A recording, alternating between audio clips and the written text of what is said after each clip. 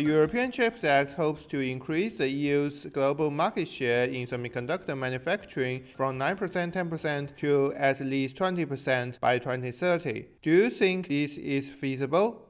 Well, I think it's going to be challenging. I think it's a goal that's out there, but if we reach it or not, that it's very hard to say. It really also depends how well the initiatives work that the CHIPS Act is pushing ahead, how much private finance will actually jump on that, because the public financing now is, from the EU level, it's just 11 billion. And member states, of course, they can dish out more money. Yeah, and then of course it remains to be seen how well these new industry or new fabs actually work, how well they integrate into the market.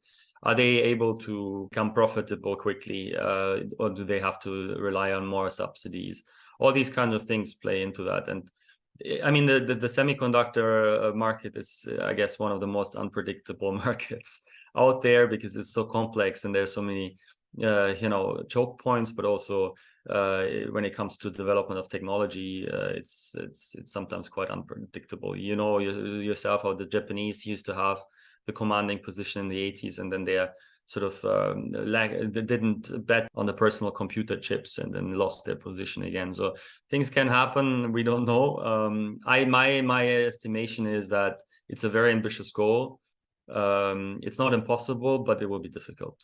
For what reasons is Europe lack of cutting-edge chip designs? Is it necessary to build a more full-fledged fabless ecosystem in Europe? That's also an issue that, if you build these cutting-edge chips foundries and then you don't have the demand. As I said at the beginning, a European industry, it doesn't have a lot of Apples and Sonys and things like that need these high-end chips, even though, of course, I mean, technological development is advancing, and even the car industry will need more and more of that, and other industries that are big in Europe. Currently, what's being produced in Europe is more the bit less complex chips that are being used for the car industry or other industrial applications. So yeah, it's like this trailing edge chips, basically.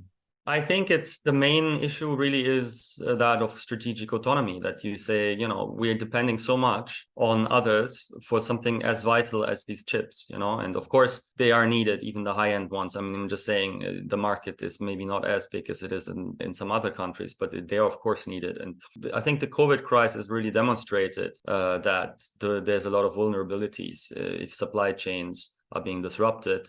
And that is why if you want to build up your own capacity quickly, then it also makes sense to invite companies from other countries, as they would say, sort of allied countries that can build this on a high level.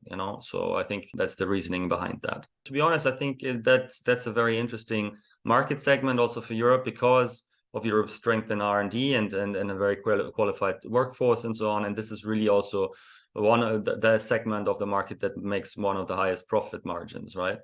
So yeah, I believe there is definitely a case to be made to invest more in that. From the economic environment, from the ecosystem in Europe, it would be the most sensible step to do, I think, if you want to branch out from what is already there. It's easier. I mean, I'm not saying easier because it's a highly complex industry as well, but it might be closer to Europe's strengths than building up fabs, which is something that has never really played a very big role in Europe.